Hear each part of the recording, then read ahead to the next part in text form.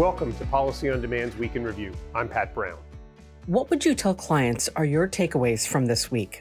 So this was a very active week on Capitol Hill, but across a number of different areas. So at least for companies who are following international tax, you had a little bit of a split screen here you had to follow.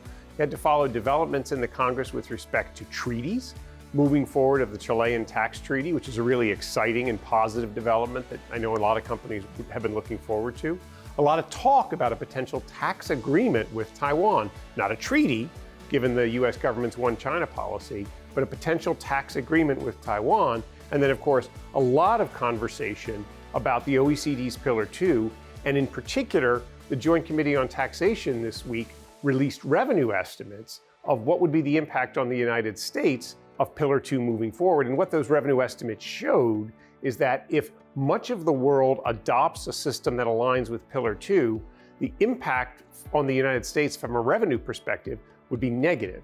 And so that's likely to embolden some of the opponents of Pillar 2 on Capitol Hill. So this is a development we're going to have to watch carefully in the coming days. Which question related to policy did you get asked the most, and how did you respond?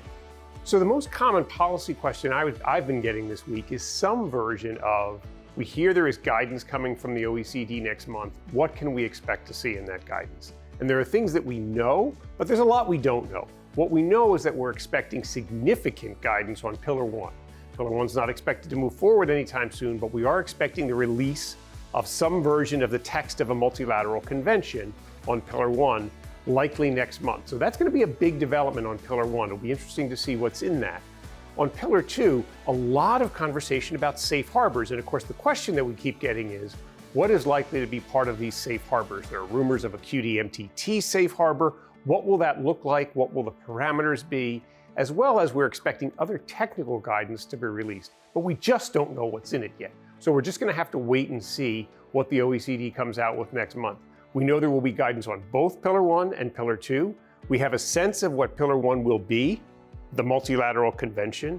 On Pillar 2, we just don't really know, and we're going to have to wait and see what comes out next month. Where should companies focus their attention in the coming week?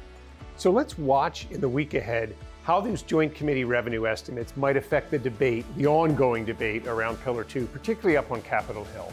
So we know that the critics of Pillar 2 on Capitol Hill have long been offering the position that Pillar 2 represents a bad deal for the United States. And they will look to find support in the Joint Committee revenue estimates, which suggest that if Pillar 2 is broadly adopted, the United States would lose tax revenue compared to the current baseline. Now, what will be interesting to watch is, will the critics of Pillar 2 try to continue to advance that narrative, pointing to this Joint Committee revenue estimate? But what will the defenders of Pillar 2 say? Will we hear from the Treasury Department or supporters of Pillar 2 on Capitol Hill around this issue now that these Joint Committee revenue estimates have been released?